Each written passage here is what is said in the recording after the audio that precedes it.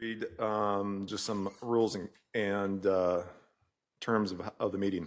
It is important to understand that no formal vote or decision about the city programs, policies, or budgets will be happening here. Our role is to explore various topics with the staff and stakeholders and community members and to make recommendations to the council colleagues. We want this process to be transparent, inclusive, and easy for you to be a part of wherever or whenever you choose to be. We can share your thoughts with us by filling out a comment card about items on the meeting's agenda or by reaching out to us directly with any other questions, ideas, or thoughts. You need to fill out a comment card in advance that can be read into the record for any agendized item.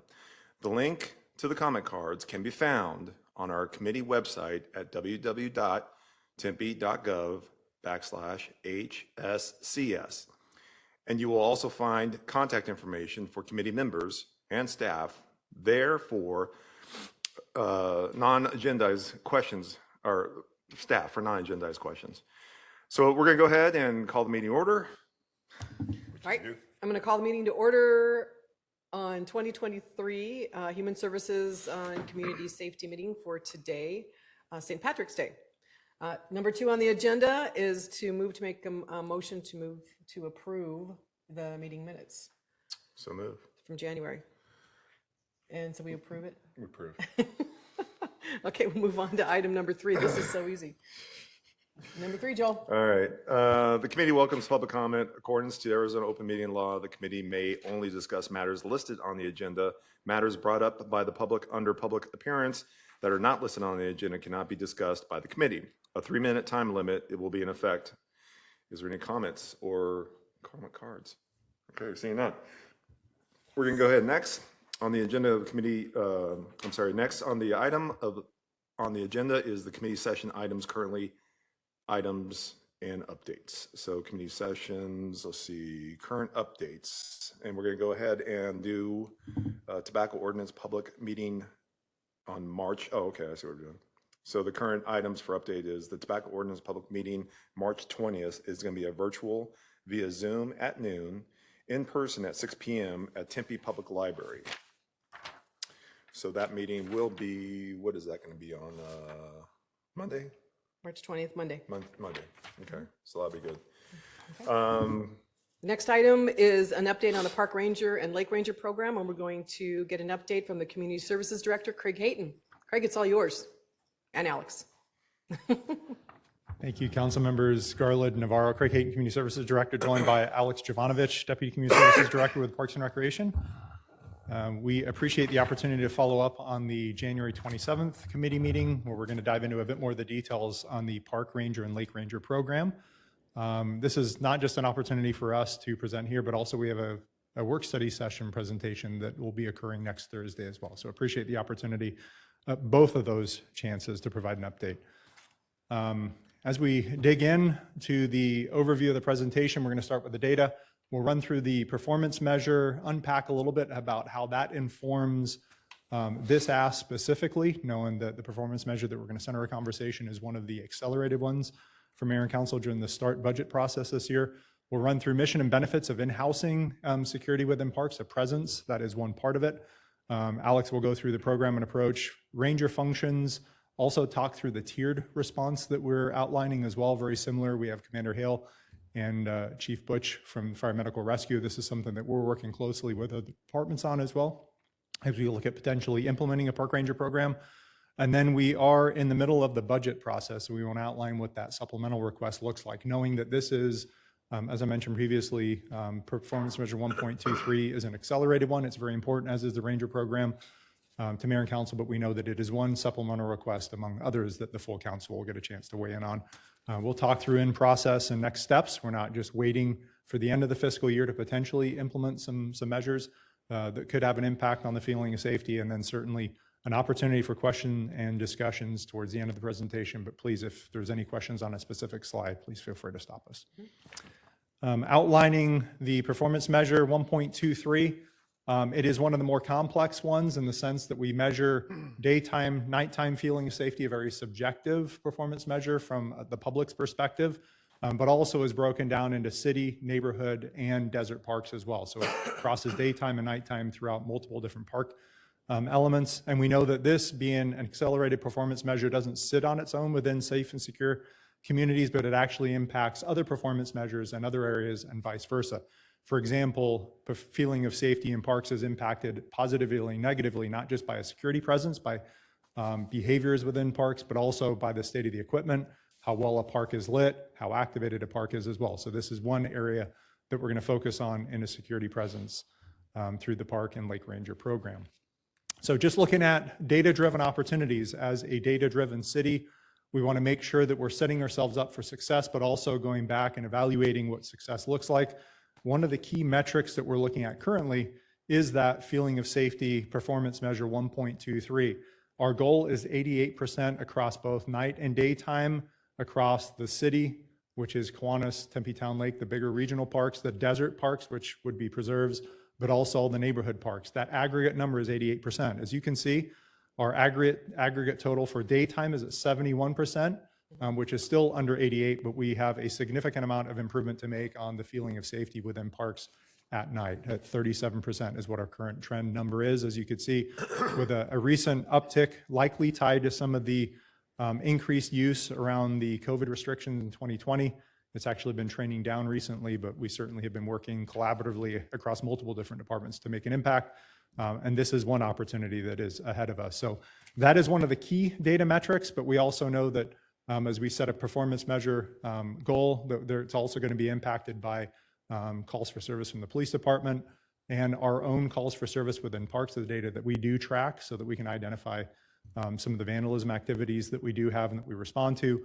But also, we don't want to discount the qualitative information with the calls that we get from our residents, folks that are utilizing parks or where they don't feel safe for very specific reasons. So we're going to package all of these together and help outline what a proactive response looks like based on that data. So the performance measure is key, but it just, I think at this point, identifies where we need to make the biggest impact, which at this point seems to be at night, but there is an opportunity during the daytime as well. With that, I'll turn it over to Alex to go through some of the logistics of the actual program itself. Thanks, Craig. While we certainly see the park ranger or potential implementation of a park ranger program improving the safety in an objective sense throughout the park system, the focus or mission of a potential park ranger program will be to improve the feeling of safety, more of that subjective matter or subjective sense that Craig had mentioned with performance measure 1.23. With that, some of the benefits from the park ranger program will be to enhance service coordination and interdepartmental support, building upon processes and building upon initiatives that other departments have already been successful in, such as the police department, community health and human services through HOPE and CARE 7, and then touching on that interdepartmental work with things such as like the River Bottom Initiative, as well as Homeless Solutions Task Force. Ranger program will be able to provide operational flexibility, improving effectiveness and efficiency. And one of those things directly we'd be able to have some flexibility with is to directly report into the record management system as opposed to like a contract system, contract security presence that is in place now. In addition to that, we'd have increased ownership with direct buy-in. So having direct city employees running the program, and this being a city-run program, buy-in would be better with familiarity of city initiatives, strategic priorities, having a better sense of that, having a direct connection, as well as being able to build relationships with community members in a better way.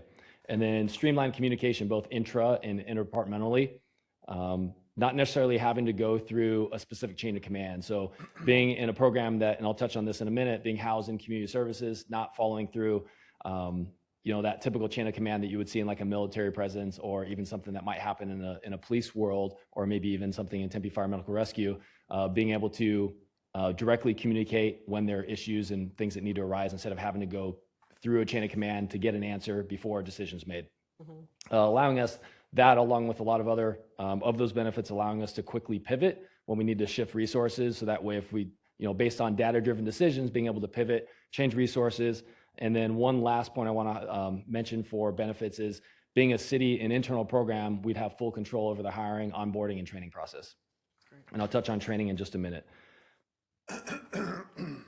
So the program and approach, and I've mentioned briefly, is that this would be an internally run program by the City of Tempe, through the Community Services Department and then specifically Parks and Recreation. So it would be managed by Community Services with support coming in the form mostly of education and training from other departments. So having that interdepartment collaboration. So having key department partners such as Community Health and Human Services, the Police Department, Tempe Fire Medical Rescue, so on and so forth, specifically with CARE 7 and HOPE, being really connected to those teams. Our approach is to have civilian, unarmed, uniformed, full-time city staff as the park ranger program. They would be at what we're considering at the right level to both serve the community as well as address any behavior issues needed to throughout the park system. And then that would allow us to transition from a solely contracted presence within the parks or throughout the park system, but still hopefully having the flexibility to have a focused approach with security. If that security contract is still in place, or the ability to have that in place, having a more focused approach. As an example, Daly Park has had a more focused approach recently with the security through PD, just as a presence standpoint, and has made a positive impact there. And then lastly, touching on training and equipment, just making sure that we fully equip.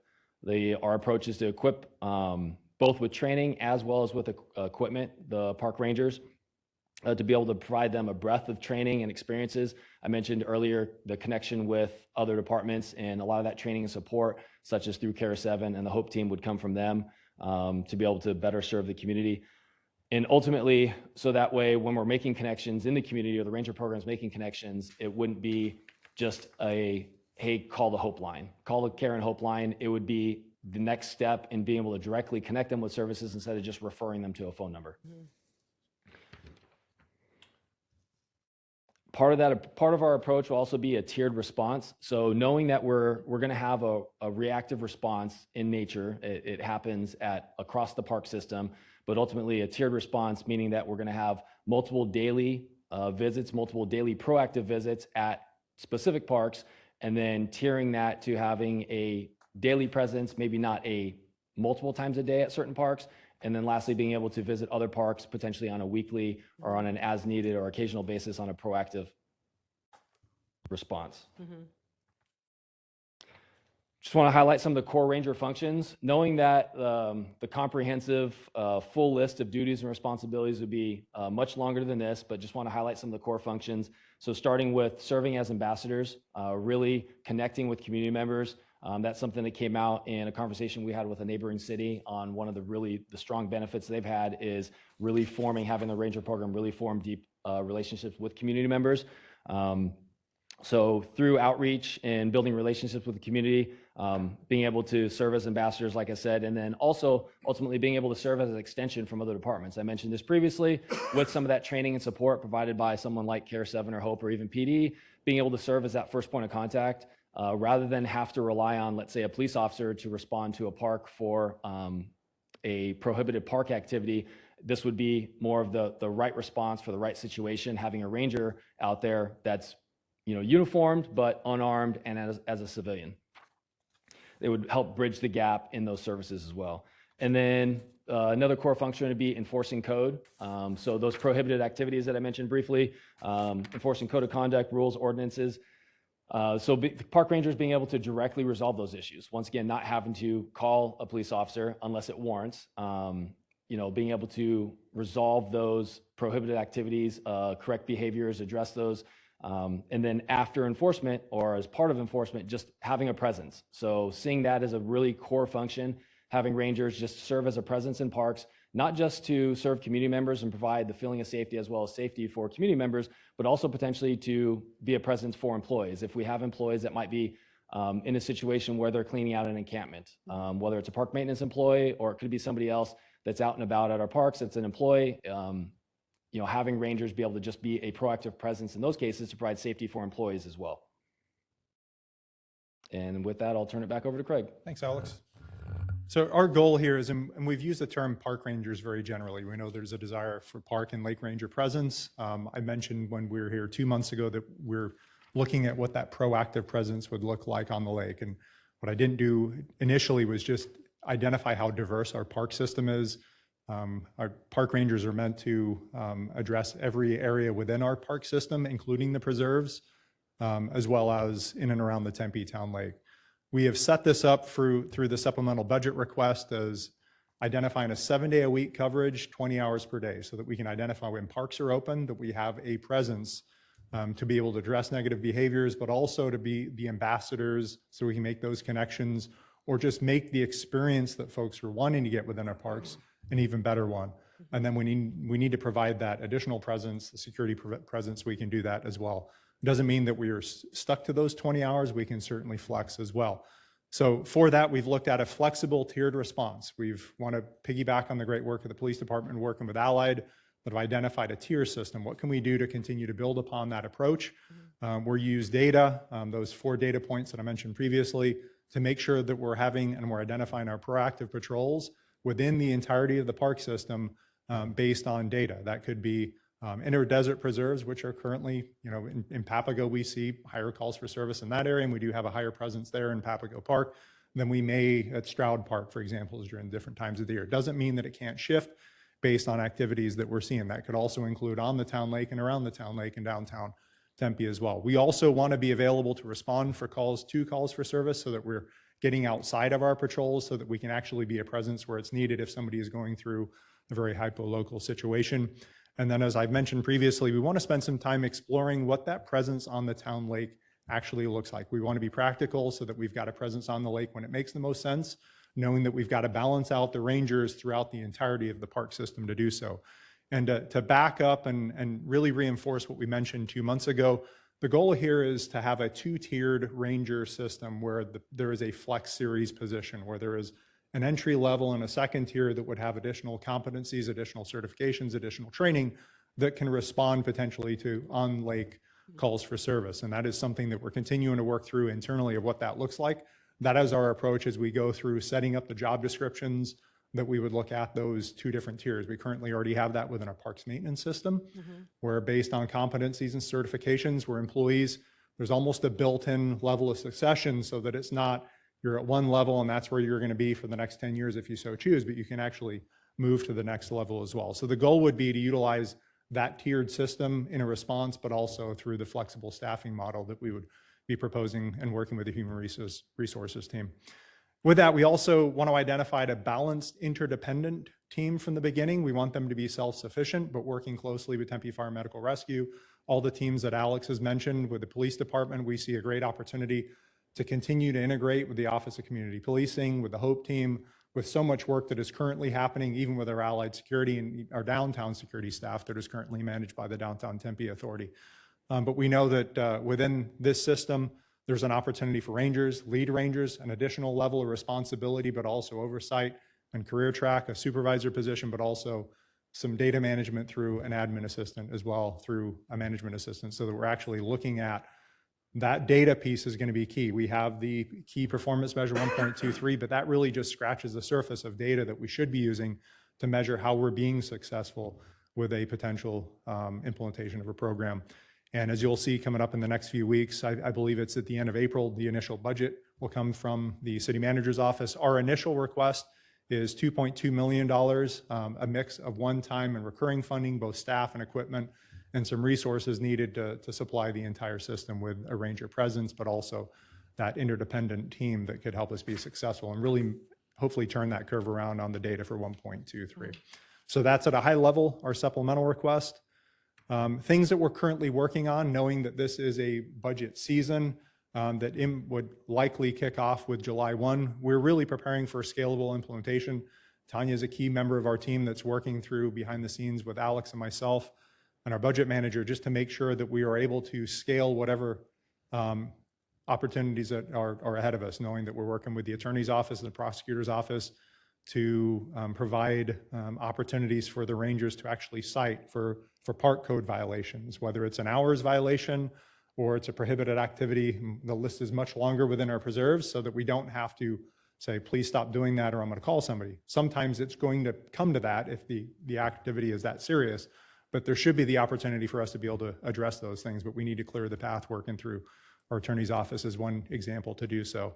And then we want to continue to explore additional strategies to align and expand coverage. What we're proposing here may not be the final step of what we would need to actually be able to make the biggest impact on our park system to really again, as Alex mentioned, a very subjective performance measure impacting the feeling of safety. And then finally, we want to make sure that we're measuring the impacts of the program so that we can ensure that we have the resources in the right location so that we're actually affecting what folks feel could make the biggest difference. We know that Mayor and Council, you've made a significant impact and dedicated $60 million to the Parks Capital Improvement Fund. And what that does is it really brings additional folks within the park system out that may not have used an older playground.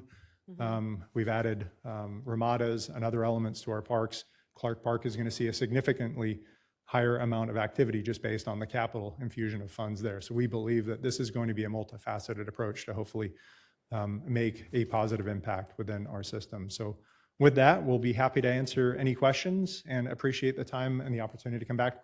We also would be happy to come back in a couple more months just as we continue to refine, we get further into the budgetary process, just to outline what that looks like from here, especially with some of those areas that we're not quite sure how they look currently. Appreciate it. Thanks, guys. And thank you for the presentation. Verena, if you'd like to go first. I do. So, you know, my dad used to tell us that there's a big difference between being safe and feeling safe, that you can lock all the doors in your house and you can turn the outside lights on at night and you could be safe, but the feeling, if you don't feel safe, it's very uncomfortable. And I think, you know, if you look at the community surveys that we have been doing here in the city of Tempe and the business surveys, the feeling of safety is always up there. That is always one of the top 5 things that everybody feels that is the most important. And so I like what we're doing with the Ranger program. I think that adding this is the right thing to do. And if you talk to any of the past chiefs or higher command about something that was really missed, that they really wanted to have, and that was, you know, missed for the department, it was this Ranger program. So I think it's really important that it has been on the minds of so many people for a very, very long time. And it's nice that to bring this back because we want our residents to feel safe when they're in our public parks. So I love what we're doing, and I think this is the right thing to do. So I just have a couple questions. One is, where will this office, where will it be housed? So what building will it be in? The initial conversations that we've had was centrally located at the Tempe Library Complex. Okay. We currently are piloting personal belonging that we find within some of our spaces there. We see a good migration with that. But also there's plenty of parking space. We can repurpose one of our current facilities, meeting spaces to house the team initially. Doesn't mean that it would end up there long-term, especially as the team grows and potentially if it's better suited in a different space, we certainly want to remain flexible. Okay, and I really do appreciate that this is being housed in your department and not in PD, because I think it really is important that this is park safety. It's different from PD, and I think that feeling, not only for the residents of feeling safe, but for anybody else who's going to be there, I think that's just a good, comfortable spot. So I'm really glad that this is in your area. And then one thing you had mentioned about building relationships within the neighborhood and the communities, I would suggest, if it's possible, that because I'm hoping that this is going to go through on budgets and everybody's going to be supporting this moving forward, but it would be great if the Rangers could attend some of the neighborhood meetings. That wherever that park is and wherever they're going to be, to attend either the neighborhood meetings, that they could work neighborhood services to find out about those, or neighborhood events, just so the neighbors get to know who they are. One thing that I remember when I was president of my neighborhood association, we invited the police departments that for game night that are part of our beat, and our residents got to know them. Occasionally we'd invite them to our meetings, and again, the residents got to know them, and that is such a feeling of comfort. So it would be nice if maybe they could do the same thing with the Ranger program. But I think it's great. I love the presentation. Thank you for putting in that map about where the parks are and explaining the tier system. I think that'd be really helpful, but I think it's great. I'm looking forward to it. So thank you. Councilmember. Appreciate it. And yeah, thank you guys for the presentation. Obviously, this is in our committee, but I think it's in the council's priority as a well-needed program just to increase the safety within our city. But to your point and what you guys are saying, the Ranger is our one-stop shop to their level. So if they have connections to mental health networks or to homeless outreach programs, whatever it is, we're not utilizing Care 7 to duplicate what they're doing. Am I correct when you guys state that? So that they will be, Yes, not just, so they'd be providing services, but not to the level of someone like Care 7. So they'd be able to make that initial connection beyond, once again, just sending them to a phone number or having them call someone. Right. They can actually get them there because, and to that point, and it's kind of like with fire and PD, it's the fact of I got someone now. I need to take care of that situation now because if they walk away 5 minutes later, they're probably going to walk away. So I like that part of knowing that they have connectivity to a resource and to get that help. I think that's huge. Even if it's Care 7 at the end of the day and they need more expertise, you know, PD and fire, all that stuff kind of translates in a direction that makes our city well attractive when we're talking about getting those resources out, because that's the number one thing when we talk about with restaurants. Well, no one's there. You know, we need to see it happening now. I think the Ranger program provides that. So I think this is a total win. I'm going to first start with the lake. Now we talk about the equipment for the lake. I know that we've talked to PD about RICO funds and securing jet skis and things like that. Is that still a connection possibility that we can still take on? We've had some connections with the police department, really working through how strict the funds could be used for RICO. Doesn't mean that we can't expand what our options are beyond RICO, especially as we try to fine tune those different tiers. We want to make sure that if we've got a scalable flex system, that we've got equipment that we don't certify people for things that they're not going to be able to do. So Right. It seems initial conversations that RICO is a pretty tightly structured through law enforcement very specifically on where it can be used, but it doesn't mean we can't explore additional funding sources Yeah, with and, that. and I, however those guidelines are, I hope we can utilize those things as they were presented to us as the possibility to help this program out with coordination of PD, obviously helping us with that, but then the joint coordination with fire. I think that, you know, also looking at the lake fees and getting with Tom Dunstan and to make sure what lakes fees can cover. So this is part of our lake. It's kind of like the dams. It's kind of like everything we do, like maintenance, all that stuff. Can that be tied into this program? Impact fees. Will the impact fees of the developments that we're making around the lake utilize to get that equipment if the RICO funds can't get that equipment? So I really would love to have Tom in on that conversation just to make sure, you know, before we get into our council and approval, it might be that would be a win if the fees, you know, or the lake fees would actually help offset or cover all cost of maybe just those people or those rangers in that area. Because I personally, I foresee the lake park area being that dual role. It'll be a ranger, a water rescue person that can also implement into the PAPCOs or whatever it is. 2 people, maybe it morphs into 4 people on a full-time deal as everything mounts up. I think that when we look at this program and it's got a lot of advantages here for us. And I don't want to lose ground. Obviously, the Ranger program is clearly stated, but on the lake part, we talked about, you know, well, you know, we're not really there yet. You know, the fact that we've had body recovers, we've had drownings, but we're not really, you know, in that position to where we have to have a water rescue team. I think that we do. My feelings is, and I think this is where legal has to come in. One life is too many, right? You cannot lose one life. And the fact that we don't have equipment and don't have the abilities, I mean, we went out and bought a whole bunch of throws for if an officer sees someone drowning. So we're being reactive. I don't want to be reactive. I want to make sure that we have the equipment, that we have the personnel trained, that they are capable of doing water rescue. At the end of the day, the fact of they might be doing some other business or whatever it is, yeah, that's part of the business. But at the end of the day, there is also that possibility they might be right there ready for that rescue.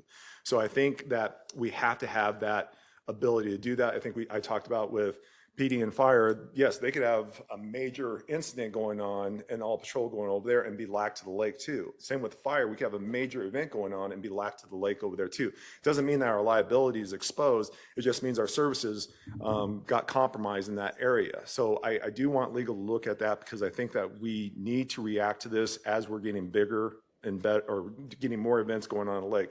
The other side to that too is we talked about patrol.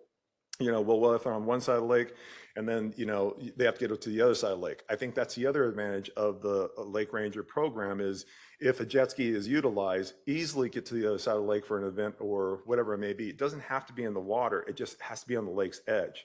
So the ability for a ranger to actually get around the lake even quicker, the jet skis idea, I think, is probably a win just in that event. So we're not talking about just water rescue at all. We're talking about just patrol of events. We're talking about the need of a situation going on, and for a ranger to get over there quickly to investigate or whatever it may be. I think that's where the watercraft comes into great need. I think if we break down these calls on a level, we can actually see calls do come in, in various different ways, and it doesn't have to be just a drowning. It can be something in and around the lake that comes and relates to someone in the water or whatever it may be. So, and it doesn't have to be water related either. Like I said, it's the ability for that ranger to get in and around the lake. That's why, once again, I want to make sure that the water rescue or ranger lake program, when we do this, that is going to be part of it. That's going to be part of the get-go when we push this thing forward. Tom Dunsey is online, and he said if you'd like to ask the question, he will come in and answer your questions. Yeah, if Tom is. And Councilmember, just to reiterate, what I'm hearing is a presence around the lake is important as on, but also equipment placement at the same time. Yes. So that it's accessible. Thank Exactly. you. Go ahead. No, Tom, Tom, we have you unmuted if Joel will ask his question again about the lake fees, and then Tom, if you wouldn't mind answering those. Thank you. Sure. I can go ahead and answer it. I heard Councilmember Navarro's questions. I appreciate it, and thanks for having me. As far as the lake fees, I mean, there are multiple opportunities for generating enough revenues to be able to enhance the services on the lake. It's a little more complicated because we have the enhanced security through the Community Facilities District. You have DTA providing enhanced security in the downtown area, but Craig and I, we've been discussing this quite a bit, and what those fees would look like, whether we pass it through to events or we pass it through to the Community Facilities District. There are multiple opportunities. Again, we've been actively discussing this.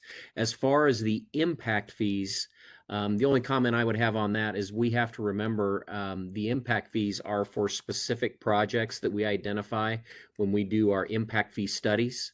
So we do that I believe about every 3 years.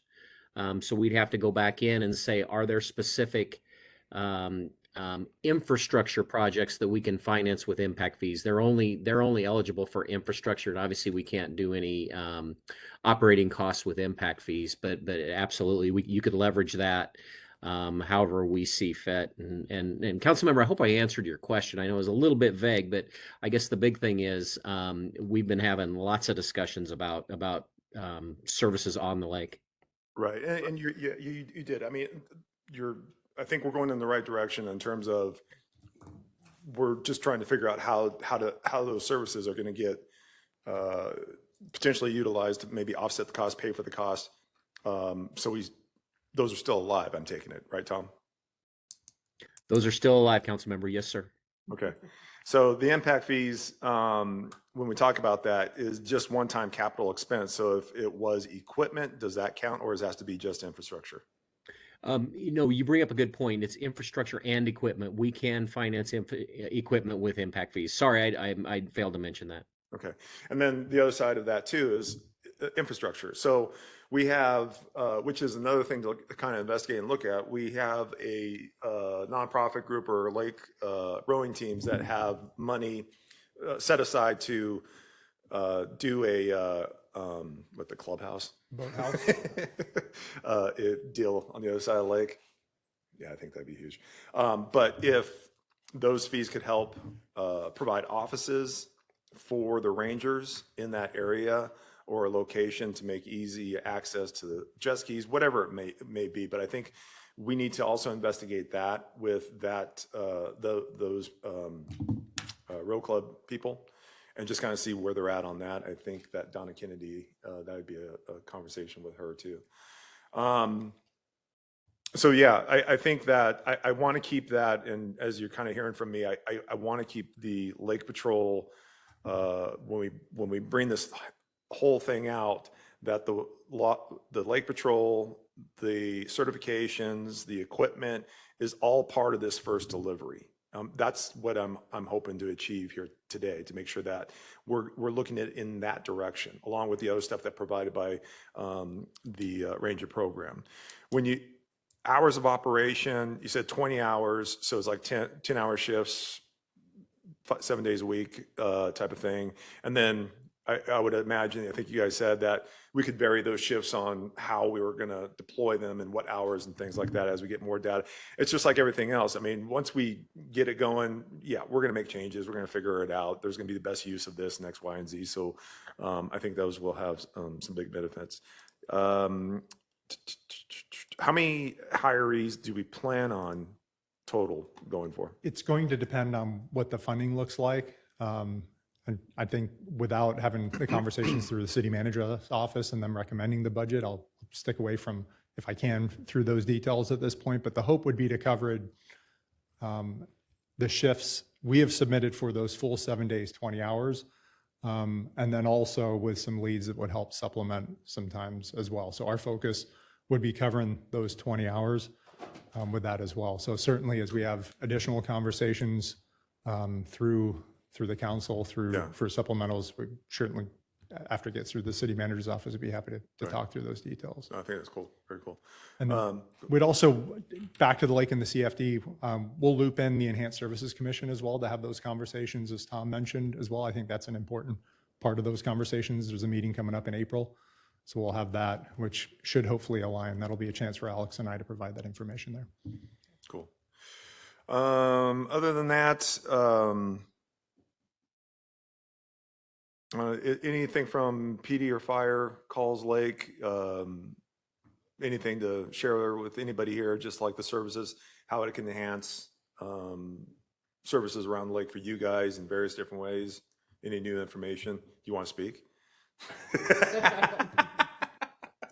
I really think that they did a great job in the budget presentation. We've been working close with them. They covered all the things. If you speak, we need to have you at the microphone. Sorry.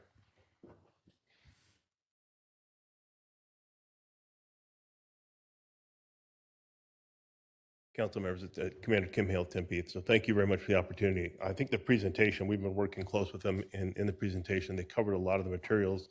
The feeling of safety in the parks is not only a priority for council, but it spills over to the feeling of safety in the neighborhoods, which is also beneficial for not only everybody, but the PD as well, to try to make sure that the residents feel safe in the neighborhoods with all the parks that are embedded in the neighborhoods. There's opportunities to share equipment. We have a police boat, so the police boat can be utilized by park rangers, and when it's out there, so there is some equipment that we can dual use between us and the park rangers. We plan on working with fire and community services to help make sure that the rangers receive some of the best training. They'll be on police radios so that they can be dispatched and monitored if they need assistance, and from our officers.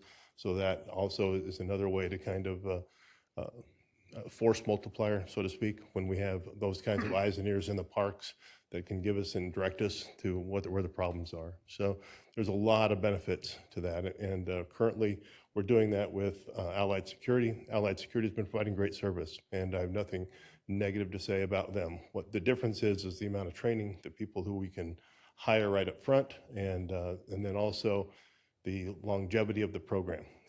We have to do RFPs occasionally. We could lose Allied Security through an RFP process and then start from scratch with a new group, those kind of things. So this provides us the longevity, the consistency, and the ability to maintain a good community product throughout time to come. So, I'm sorry. No, go ahead.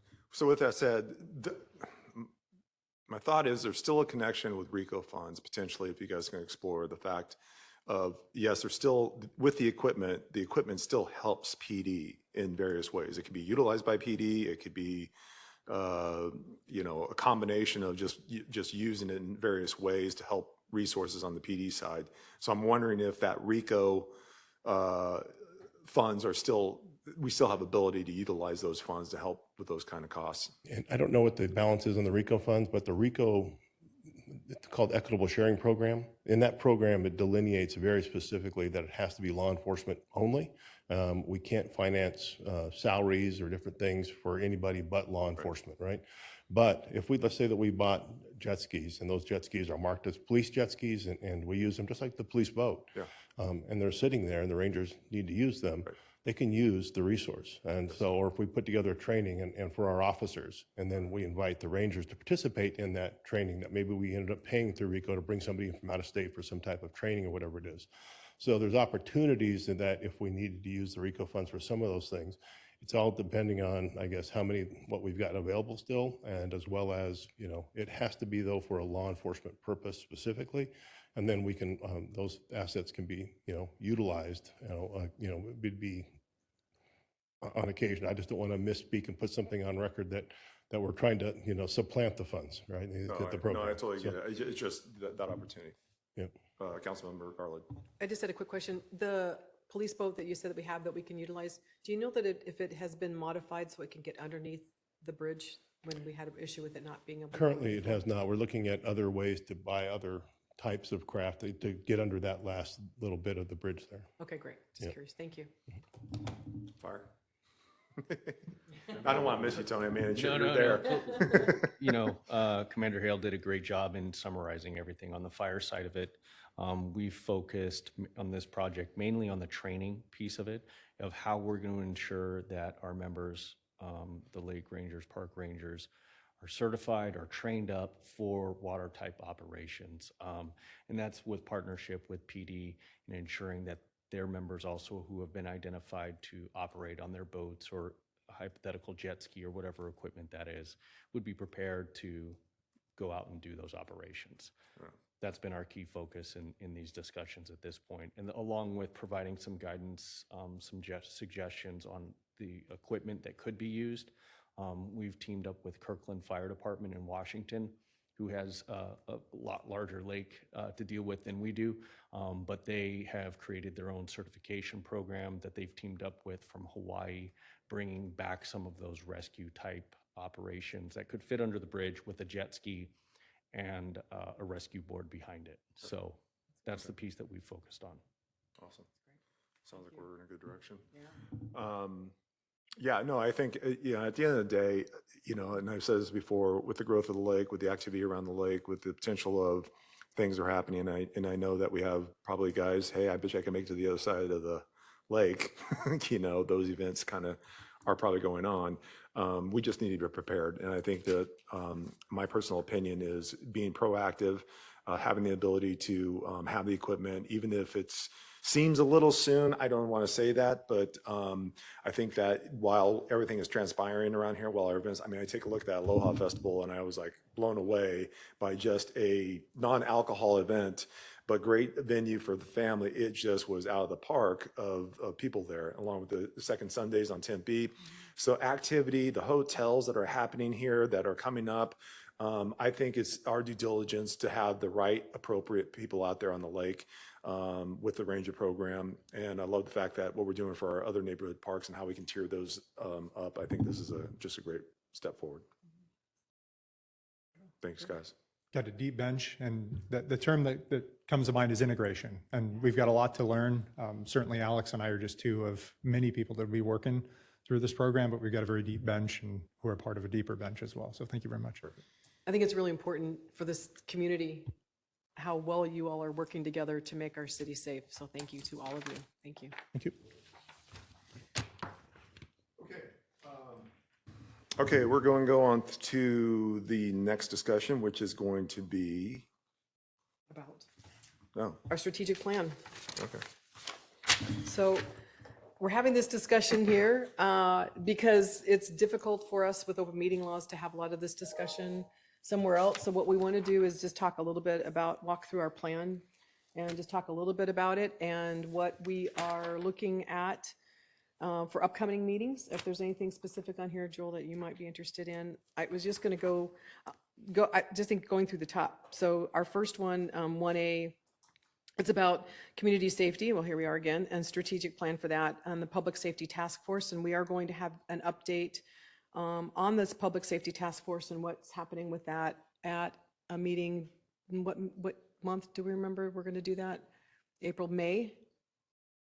In April? Okay, they're going to get an update in April, so that will be really helpful. So let us know the 5 pillars of the Public Safety Task Force and all the items underneath it and where we land and where we are on those right now.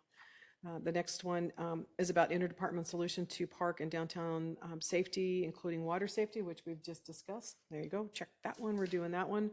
And we're going to continue with that update. The next one is about opioids and the Tempe Coalition furthering the city's mission to mitigating the opioid epidemic. And Councilmember Navarro, you are still working on that one. We have presentations and events that are coming up actually to talk about opioids. It's at the high school, right? Yeah, Mike. yeah, next Saturday, I believe we're doing that presentation at the high school. Or is it not Saturday? It's a Tuesday. This Tuesday coming up. Okay. So yeah. So we're going to continue that. We're going to continue to talk about the opioids. Proactive management of the Hometown for All initiative. We just got a really good update at a work study session from Irma regarding the Hometown for All initiative, but I think it's okay that if we maybe ask if she can come and do that presentation, give us an update on the Hometown for All for this committee would be helpful. And maybe if there's any other additional questions that we can have or come up with for her. Examine the options of homeless shelter expansion within the city limits. We haven't done that, but that might be a question that we can ask her when she gets here, if there's something else that we could be doing. I know there's always something else that we could be doing in that area. And then C3 is enhanced communication between regional partners and the city and city stakeholders regarding homelessness. And I think we have been doing that, and some of that regionally. I'm on the Maricopa Association of Governments, the local jurisdiction committee, and this is a topic along with affordable housing that we discuss every single month. And I think you're also on committees. Yeah, I'm on the chair of the Human Services Committee, so with MAG, so this will play right in there. Okay, so maybe we could look at scheduling something where you and I can do a presentation or talk about that. All right, so we'll look at doing that. Okay. And then under D, establish resources to meet growing human services needs. Achieve an age-friendly community designation for livability from AARP. That was done, I think that was done the end of last year, but we should probably check on that and just see. I think we did, I know we reached the designation, but I don't think we mentioned it at this meeting. So that one is actually done. And 2, I'm not sure how this one got on our strategic plan, but examine ways to expand availability of free and low-cost sports and recreation opportunities for children and teens. We haven't done anything on that, so I'm not sure what we'll be doing with that, but maybe we can talk about what we could do to add that, items to this, have discussion on this or not. So we'll have to look on that one. Right, okay. Create a mental health roadmap to help assist residents with resources available for them from the city, nonprofit organizations, and other stakeholders. So I think this one is kind of interesting because we have the name roadmap in there, but I'm not quite so sure if the roadmap is really what we're looking for. It's more maybe a forum or a way that we could share information with the community on what resources we have within the city of Tempe for mental health for people of all ages. I think on top of that, I think it's not only resources, but it's how do we coordinate it, one-stop shop, so to speak, but a coordinator that can actually get you to the right resources in the right categories for what needs an individual has. So it's just kind of the spoken will type of theory. So maybe what we do is we can see if maybe we can get an update on that maybe in May. Yeah. Okay. Track progress of the Family Advocacy Center opening, examine continued operations. So the Family Advocacy is open, but since it's open, we have not had an update, and I'd like to know how it's going there. You know, what they've done. Do they have all the resources there that they need, and what else we could do? So on top of that is not only the update, but exactly. What resources do they have? What resources are they lacking? And then the resources that tie in with PD to help that program out. Whatever the connection is, I want to make sure that, example, records seems like it's a delay. People getting records of reports or whatever it may be just because of staffing, I would imagine. You know, what is the process in getting records is probably one of the primary things that I'd like to find out, you know, which helps this program out. And then to tie in with that, it kind of ties in with that. And then the feeling safe within the community is data access from PD and fire. So trying to get more defined data on even on arrests types of arrests, demographics, in-state, out-of-state, people living in the cities, just having the ability to better break down the data, because often we get people here or asking questions on, and they constantly state out, hey, this is what's happening in your community, but yet it's very subjective. And I'm trying to get away from the subjective and trying to actually get more pinpoint with the information that we can pull out of PD and fire when needed. So having a system be able to break down that information if PD doesn't have it, but the ability to do that. A discussion on that probably with PD. Can I ask a question? So I know Care 7 is starting to track their data too of their response. Is that something that you'd be Yes. interested? Okay. All that ties in there. All that does tie in. So it's the human, it's not just arrests, it's not just EMS calls, but it's the connections, the mental health, the drug addiction, the homelessness, all those categories. I know we kind of break those things down in already, but I think that there might be the PD and fire portions that might connect the story better. And if we can break down those demographics and those, all these little factors to try to, if anything, explain or better a program so that we can have that information to put better concentration and better money towards something to make a change if needed. We keep turning around and looking at you guys. You're the only people here, really. I don't care what they It's think. our. But- Jason, you want to get over here? All right, that's all I had. Those are all the notes that I had next to the strategic plan. And it's nice to be able to go through this and see that the things that we have accomplished and the ones that we're working on and the ones that we still have yet to go by July or August when we start looking at doing a new strategic plan. So All right, perfect. that's great. So All that's right, perfect. Our next HSCS committee is April 28th and then May 26th at noon. And we are adjourned. We're adjourned. There you go. Ba-dum-dum.